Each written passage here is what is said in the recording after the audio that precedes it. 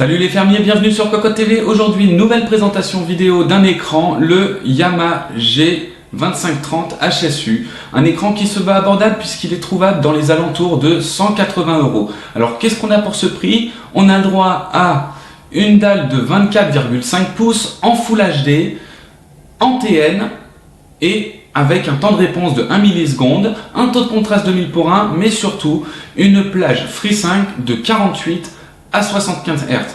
Pour ceux qui seraient chez Nvidia, l'écran est natif en 75 Hz. Comme vous le voyez, l'écran aborde une dalle mate, non incurvée, mais qui présente des bords relativement fins, puisqu'on est à moins de 8 mm au niveau du cadre. L'ensemble des plastiques utilisés vont être en noir, avec pour le contour et le derrière en sablé, et pour la bande en dessous et le socle, on est sur un effet brossé. Vous trouverez le petit logo Yamaha en dessous en gris, des boutons pour naviguer dans l'OSD et enfin en dessous le petit socle pour pouvoir tenir l'écran qui est extrêmement léger et qui va laisser l'écran plutôt branlant lorsqu'on le secoue par inadvertance. Il va être aussi trop léger au niveau du seul réglage physique que l'on a sur cet écran, c'est-à-dire l'inclinaison. Lorsqu'on n'utilise qu'une seule main, le pied va basculer. On se retrouve tout de suite pour voir un petit peu ce qu'il a derrière. Alors derrière, on va être sur les mêmes plastiques qui vont être en noir sablé, le petit logo, un peu plus gros quand même, en gris, des fixations VESA, un petit mèche d'aération et ça va pas plus loin que ça. On a la base ici avec une petite colonne qui viendra se fixer en dessous par une petite vis à main, un petit clips pour terminer le montage. Et question connectique, on va avoir le droit à une prise secteur, une entrée, une sortie, casque et micro. Et enfin, au niveau des connectiques vidéo, on va avoir le droit à du VGA, un HDMI, un DisplayPort et aussi un petit hub USB en dessous avec une entrée et deux sorties USB.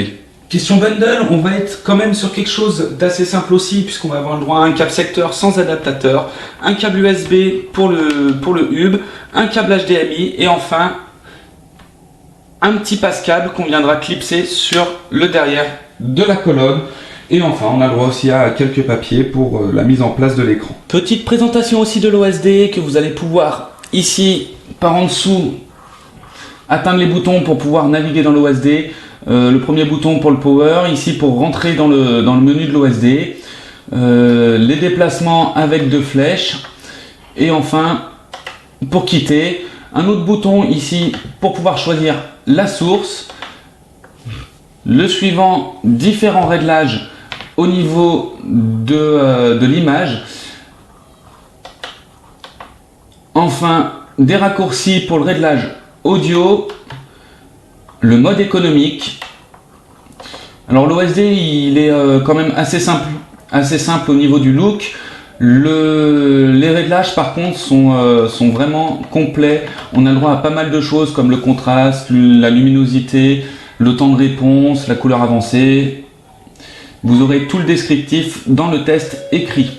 Et voilà en ce qui concerne cet écran, le G2530 HSU de Yamaha. Je vous laisse avec une petite vidéo de Final Fantasy XV, histoire de voir un petit peu ce qui vaut en jeu aussi. C'est relativement fluide, il y a de belles images. On est loin des anciens TN de l'époque avec leur filtre grisâtre. Il s'en sort très bien à la sonde. Et je vous laisse découvrir tout ça. Et à une prochaine pour un nouvel écran.